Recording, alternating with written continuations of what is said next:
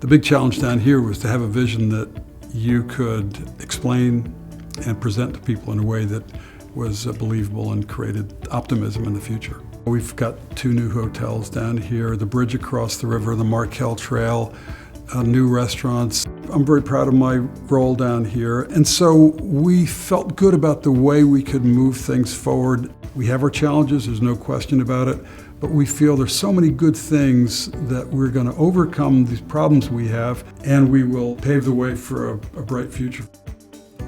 What you have to do is invest. If you invest in the city will grow. When people see investments, they feel good about the health of the city. The Southbridge Wilmington Wetlands Project is about a $24 million project to alleviate flooding in Southbridge, but it really winds up being a fabulous recreational center as well. We want our city to be a just city. It's something I believe in. A just city is pretty much what you'd expect it to be. It's a city where prosperity is shared, or doors of opportunity are open for everyone. A park that is this beautiful in this magnificent condition reflects a caring for the kids who were there, and that's what we did.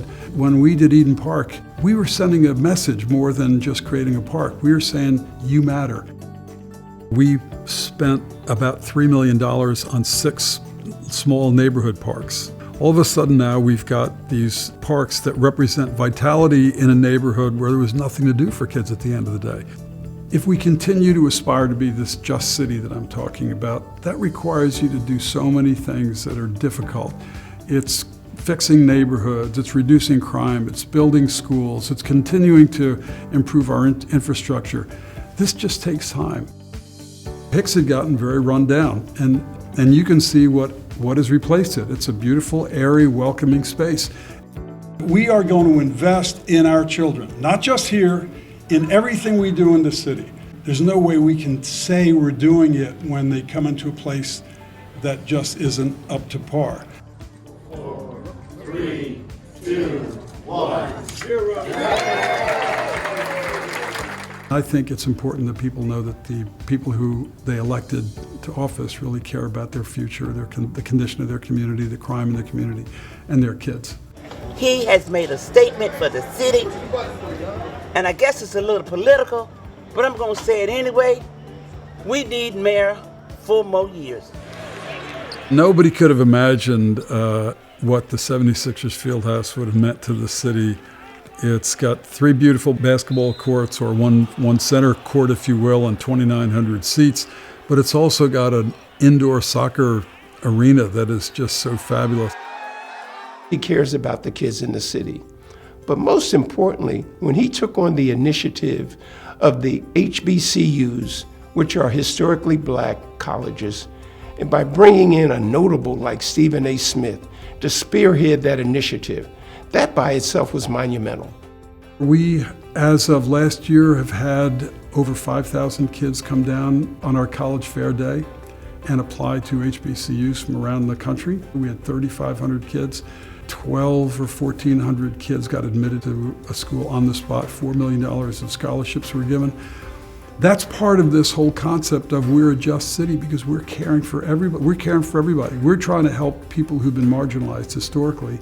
There's no better way to say that than the way we've extended ourselves. And by the way, and engaged our corporate community as well. We really think about partnerships. So if you think of Wilmington and Chemours, there's so much we can do together if we work together as partners and make things happen. Down over on the 7th Street Peninsula, where the Kalmar Nickel is, we have a fantastic soundstage being built down there, 160,000 square foot soundstage that's going to bring in performers and acts from around the country down here. The transit center is directly across the street from the train station, where arguably it belongs. And if you drive up and down Market Street and see everything that's going on there, you get a sense of a city that is really economically alive and socially vibrant. And we feel real good about this idea that people want to move into the city, and people go downtown all the time and feel very safe. At the very top of Market Street, you've got all the work we're doing on Rodney Square. It's going to energize the people who work around Rodney Square. We're seeing people that want to stay out for happy hour after work. We're seeing people that want to live close by and walk to to work. We have things going on all over the city, so it's not just the downtown, it's not just the riverfront. We have apartments being built on Pennsylvania Avenue. We have big, beautiful apartments being built on the Brandywine. You just get the feeling that the city is moving in every direction. We still have to get into our neighborhoods. There's no question you want to strengthen your neighborhoods along the way. Reach Riverside is going to be a great regional project because it includes a purpose-built project that'll basically rebuild all of the Wilmington Housing Authority's Riverside project. Right next door is the warehouse, a place where there are activities and there's essential governance in this building is by these young kids themselves. So these two things working together are going to make for a very healthy Northeast. The city has been a big part of what we're doing, and we anticipate more and more of the city's commitment and partnership to be involved in what we're doing. We've worked with Slasianum to build this beautiful stadium that used to be Baynard Stadium. It's going to be a fabulous sporting center, event center for the biggest games in the state. No matter what the negatives are, because there will be negatives, you got to overcome them and move this city and move your community forward. You know, we have young kids committing terrible violence against one another. It's so dispiriting. It weighs your soul down from time to time, I can assure you. But you have to believe in the long run that your efforts to change that are worth whatever difficulties you confront. The way to build consensus is to interact with the public and let them see police officers each and every day. My chief believes that. Bob Tracy, who we brought in from New York and Chicago, I believe is the best chief in America for Wilmington, Delaware. He's done a marvelous job. He lives this job. He is a 24-hour, 7-day-a-week police chief, and he's transformed our department and in many respects our city. The mayor made a prudent choice in Chief Tracy. I've spoken with him. I find him to be a serious man, and I think the neighborhood policing approach that he's taken, I think it's been effective. This is my adopted city, my adopted home. It's where I raised my family, and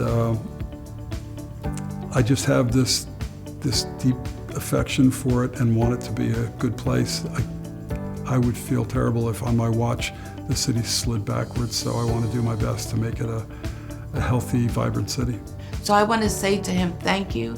Thank you for running again, because he really doesn't need to do this, but he loves the city so much. And there is just so much more to do.